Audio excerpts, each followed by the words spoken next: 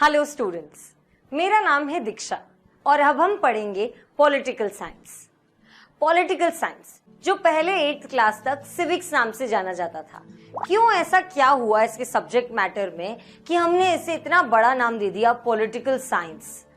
आपने 9th class में भी देखा होगा किस तरह से अब ये वही बातें नहीं करता। गवर्नमेंट, स्ट्रक्चर्स और इन सब चीजों के बारे में, इन कॉन्सेप्ट्स के बारे में सिर्फ आपको इंट्रोडक्शन नहीं मिलता है, बल्कि एक लेंस मिलती है, एक सोचने का तरीका मिलता है, एक कंपैरेटिव एनालिसिस मिलता है कि किस तरह से बाकी की कंट्रीज में, बाकी के नेशंस में या कुछ हाइपोथेटिकल एग्जांपल्स में किस तरह से काम हो रहा है, किस तरह से गवर्नेंस हो रही है और उसके कंपैरिजन में आज किस तरह से काम हो रहा है, हमारी सरकार किस तरह से उन डिसीजंस को ले रही है, इसका एक कंपैरिजन होता है। जब इस चीज का कंपैरिजन होता है तो आप और हम एक लेंस डेवलप कर पाते हैं, एक सोचने का, एक समझने का नजरिया डेवलप कर पाते हैं। फिर हम खुद के लिए ये सोचते और समझते हैं कि क्या जिस तरह से ये गवर्नमेंट इंस्टीट्यूशंस काम कर रहे हैं वो सही है, क्या इनमें चेंजेस आ सकते हैं, अगर वो चेंजेस आएंगे तो वो किस तरह के चेंजेस होंगे और भी बेहतर करने के लिए क्या क्या किया जा सकता है। इसीलिए हम इसे एक शास्त्र की तरह समझते हैं, हम इसे एक साइंस की तरह समझते हैं जो थ्योरेटिकल कॉन्सेप्ट्स को प्रैक्टिकल चीजों के साथ इंटीग्रेट करके हमें एक नई तरीके से उन चीजों का सॉल्यूशन निकालना समझाता है। ये है पॉलिटिकल साइंस। अब पावर शेयरिंग के बारे में देखते हैं। पावर शेयरिंग वैसे तो बहुत ही सिंपल सी चीज है, distribution of power, decision making की अथॉरिटी का डिस्ट्रीब्यूशन। कितनी सिंपल सी बात है, इसमें कौन सी रॉकेट साइंस है, क्यों हम इसे एक चैप्टर की तरह, वो भी हमारे फर्स्ट चैप्टर की तरह पढ़ रहे हैं। इसकी इंपॉर्टेंस ये है कि ये कॉन्सेप्ट जितना छोटा, जितना आम दिखता है वो उतना आम है नहीं। Over a period of time we have seen that there were societies, ऐसी सोसाइटीज हुआ करती थी बहुत पहले टाइम पे जब ऐसा माना जाता था कि जो रूल होता है, जो पावर होता है वो एक इंसान के हाथ में होना चाहिए और एक ही टाइप के लोग जब साथ में होमोजीनियस सोसाइटीज फॉर्म करके रहते हैं तो वहां पर एक रूलर होगा, एक तरह का शासन होगा और वो best form of power sharing है जहां पे पावर एक इंसान के हाथ में है। लेकिन अब हम देखते हैं कि किस तरह से सोसाइटीज ट्रांसफॉर्म हुई है, 360 डिग्री ट्रांसफॉर्मेशन आ गया है। हमारी आज की सोसाइटीज ऐसी हैं जिसने बहुत ज्यादा माइग्रेशन देखा है। माइग्रेशन का मतलब कि ना ही सिर्फ हम स्टेट टू स्टेट ट्रैवल करते हैं, अलग अलग जगहों पे जाके सेटल हो जाते हैं, बल्कि हम लोग कंट्रीज में भी ट्रैवल कर रहे हैं। कई सारे ऐसे इंडियन लोग हैं जो अब्रॉड सेटल्ड हैं, जो बाहर के नेशंस में सेटल्ड हैं। उसके अलावा हमारे पास भी कई तरह के लोग हैं जो अलग अलग कंट्रीज से आकर यहाँ पर रुके हुए हैं। उसके अलावा हम देखते हैं कि किस तरह से इंटरस्टेट मूवमेंट बहुत ज्यादा होता है, कई सारे नए नए ट्रेडिशंस, कल्चर्स का एक्सचेंज हो रहा है, मिक्सचर हो रहा है। तो ये एक होमोजीनियस सोसाइटी नहीं रह जाती, ये एक हेट्रोजीनियस सोसाइटी बन जाती है। एक ऐसी सोसाइटी जिसमें सारे कंपोनेंट्स अलग अलग हैं, यूनिक प्रॉपर्टीज शो करते हैं। इस तरह की हेट्रोजीनियस सोसाइटी में अगर हम पावर शेयरिंग की बात करते हैं तो कई सारे कॉन्फ्लिक्ट्स अराइज हो सकते हैं। जो लोग अपने आप को ऑथेंटिक, नेटिव या फिर मेजॉरिटी में पाते हैं, हो सकता है कुछ ऐसी सिचुएशंस आ जाएं जहां पर वो सोचें कि इस जगह पर, इस देश पर, इस सिटी पर, इस स्टेट पर, इसके राइट्स पर सिर्फ और सिर्फ हमारा ही हक है या फिर ज्यादा हक हमारा ही है। इन सिचुएशंस में पावर किस तरह से डिस्ट्रीब्यूट होगा, डिसीजन मेकिंग की अथॉरिटी किस तरह से डिस्ट्रीब्यूट होगी, किसको पावर मिलना चाहिए, किसको रिप्रेजेंटेशन मिलना चाहिए, किसको कितना रिप्रेजेंटेशन मिलना चाहिए, ये बहुत कॉम्प्लेक्स क्वेश्चंस हो जाते हैं। हम पावर शेयरिंग को अगर अपने फैमिली स्ट्रक्चर में लाकर देखें तो देखिए, अगर आज आपके और मेरे घर में अगर कुछ डिसीजंस, अगर कुछ पावर्स हर किसी के हाथ में नहीं होंगे या हर किसी के पास डिस्ट्रीब्यूटेड नहीं होंगे तो हो सकता है ऐसा हो कि कॉन्फ्लिक्ट्स अराइज होने लग जाएं। हम ये देखते हैं कि कई सारी families in the modern society अलग हो जाती हैं, फैमिलीज डिवाइड हो जाती हैं। वो क्यों होता है? क्योंकि पावर को, डिसीजन मेकिंग की अथॉरिटी को ठीक तरीके से डिस्ट्रीब्यूट नहीं किया जाता।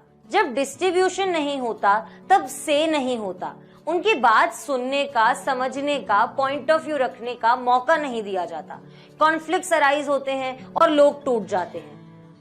अगर एक आम आदमी को आप इंडिया और पाकिस्तान के पार्टीशन के बारे में समझाएंगे तो आप उन्हें इसी तरह से बताएंगे कि शायद पार्टीशन इसलिए हुआ था कि पावर शेयर करने के लिए प्रॉपर मेजर्स, प्रॉपर रिप्रेजेंटेशन के बारे में म्यूचुअल अग्रीमेंट नहीं हो पा रहा था। हमारा पार्टीशन क्यों हुआ था? मुस्लिम्स और हिंदूज ने अलग अलग देश बना लिए थे। उस टाइम पर अगर अग्रीमेंट हो जाता, रिप्रेजेंटेशन मिल जाता, तो हो सकता है ये भी एक कारण होता जिसकी वजह से हमारा पार्टीशन ना होता। हजारों जिंदगियां गई थी, इतना बड़ा इम्पैक्ट आया था, इतना बड़ा माइग्रेशन हुआ था जो वर्ल्ड की हिस्ट्री में शायद आज तक का सबसे बड़ा माइग्रेशन देखने को मिला था। इस तरह का कॉन्सिक्वेंस जब हमें देखने को मिला, किसी रूट कॉज, सिंपल सी problem from conflicts which arose due to improper power sharing. Power sharing एक सिंपल सी चीज, एक सिंपल सा कॉन्सेप्ट, एक बहुत ऑब्वियस सा तरीका जहां पर हम कहते हैं कि पावर को डिस्ट्रीब्यूटेड होना चाहिए। ये एक आइडियल तरीका है। अगर नहीं होगा तो उसके कॉन्सिक्वेंसेस फैमिलीज को तोड़ सकते हैं। जब वो फैमिलीज को तोड़ सकते हैं, वहां के कुछ 10, 15, 20 लोगों की डाइवर्स ओपिनियंस को अगर हम एक साथ नहीं हैंडल कर पाए, अगर वो उन फैमिली स्ट्रक्चर्स को तोड़ सकते हैं, तो आप सोचिए इंडिया जैसी कंट्री, जो इतनी बड़ी कंट्री है, वहां पर जहां पर इतनी ज्यादा डाइवर्सिटी है, हर स्टेट का अपना अलग कल्चर है, अपनी खुद की लैंग्वेज है, अपना खुद का क्यूजीन है, इस तरह की डाइवर्सिटी को अकोमोडेट करने के लिए अगर पावर डिस्ट्रीब्यूट नहीं होगा तो वो दिन दूर नहीं कि बातें होने लग जाएं इंडिया के फर्दर पार्टीशन, फर्दर डिवीजन की। लेकिन इंडिया को ब्रिटिश रूल से आजाद हुए इतने साल हो गए, कई सारे कॉन्फ्लिक्ट्स आए, कई बार राज्यों ने अलग होने की बात भी की, लेकिन किस तरह से सरकार ने पावर्स को शेयर किया, किस तरह के सॉल्यूशंस लिए गए कि आज तक हम एक इंटीग्रेटेड नेशन की तरह रह पा रहे हैं, चल पा रहे हैं और चलते रहना चाहते हैं। इस विजन को साथ में लेके power sharing becomes the foundation of building a democracy. It is the very spirit of a democracy. अब ये जो चैप्टर है इसको हम देखेंगे एग्जाम्पल से, केस स्टडीज से। केस स्टडी ऑफ बेल्जियम जो कि एक बहुत छोटी सी कंट्री है।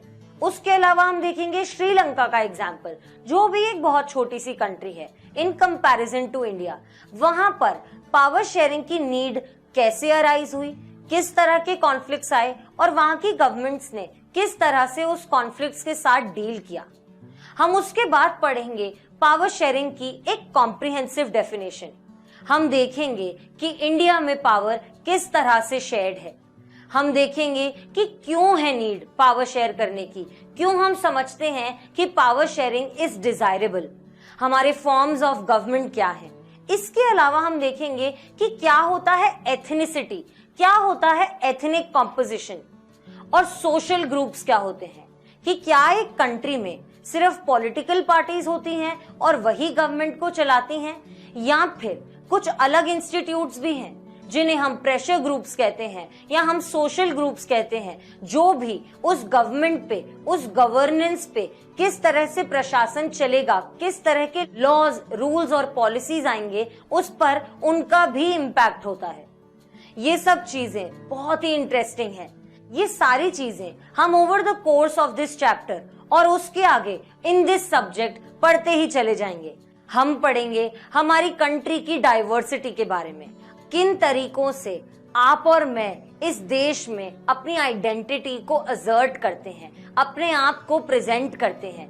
क्या वो सिर्फ एक टीचर, एक एजुकेटर या फिर एक वुमेन की आइडेंटिटी है, या फिर मेरे साथ कई सारे ऐसे एस्पेक्ट्स हैं, कई सारी ऐसी आइडेंटिटीज हैं जिन्हें पावर की जरूरत है, जिन्हें रिप्रेजेंटेशन की जरूरत है, जो अपनी बात को रखने के लिए एक प्लेटफॉर्म चाहती हैं, और कहां तक ये सरकार, ये पूरा स्ट्रक्चर, इंस्टीट्यूशन, ये देश मुझे और आपको रिप्रेजेंटेशन देता है। ये कई सारे क्वेश्चंस हम धीरे धीरे एड्रेस करेंगे। I hope you enjoy this journey. Thank you.